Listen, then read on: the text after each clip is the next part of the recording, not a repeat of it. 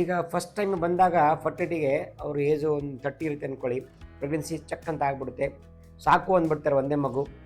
ಆಮೇಲೆ ದಿಢೀರಾಗಿ ಒಂದು 6 ವರ್ಷ 8 ವರ್ಷ ಆದ ಬಳಿಕ ಇನ್ನೊಂದು ಮಗು ಬೇಕು ನಮಗೆ ಡಾಕ್ಟ್ರೇ, ಅವಾಗ ಅವ್ರು 38 ವರ್ಷ 39 ವರ್ಷ ಆಗಿರುತ್ತೆ. ಆ ಥರ ಮಾಡೋಕ್ಕೆ ಹೋಗ್ಬೇಡಿ. ನೋಡಿ, ನಿಮಗೆ ಒಂದು ಮಗು ಸಿಂಗಲ್ ಚೈಲ್ಡ್ ನಾಮ್ಸ್ ಅಂತ ಎಲ್ರಿಗೂ ಗೊತ್ತಿದೆ, ಬಟ್ ಆದ್ರೂ ಅದಕ್ಕೊಂದು ಕಂಪ್ನಿ ಅಂತ ಇದ್ದರೆ ತುಂಬ ಎಫರ್ಟ್ ಆಗುತ್ತೆ.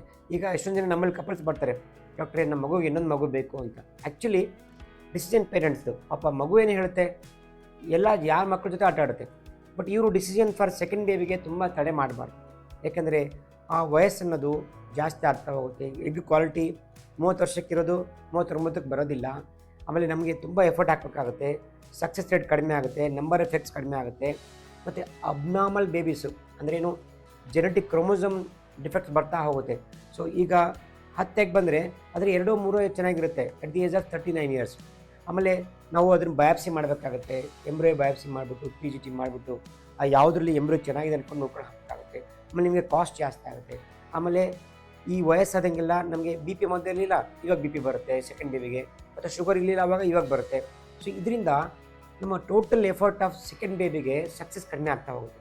ಸೊ ದಯವಿಟ್ಟು ನಿಮಗೆ ಮಗು ಬೇಕು ಅಂತ ಡಿಸಿಷನ್ನು 3 ಇಯರ್ಸ್ ಒಳಗಡೆ ತೊಗೊಳ್ಳಿ. ಫಸ್ಟ್ ಬೇಬಿ ಆಯಿತಾ, 3 ವರ್ಷ ಆಯಿತಾ, ಅವಾಗಲೇ ತೊಗೋಬೇಕು ನಿಮ್ಮ ಡಿಸಿಷನ್. ಆಮೇಲೆ ಇಲ್ಲ ನಮ್ಮ ಅಪ್ಪ ಅಮ್ಮ ಬೇಡ ಅಂದರು, ಇದು ಎಲ್ರಿಗೂ ಪ್ರಾಬ್ಲಮ್ ಇದ್ದೇ ಇರುತ್ತೆ.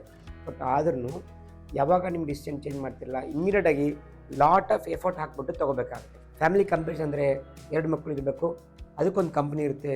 ಸೆಕೆಂಡ್ ಬೇಬಿಗೆ ಡಿಸಿಷನ್ನು ಅರ್ಲಿ ತೊಗೊಳ್ಳಿ, ಲೇಟ್ ಮಾಡೋಕ್ಕೆ ಹೋಗ್ಬೋದು.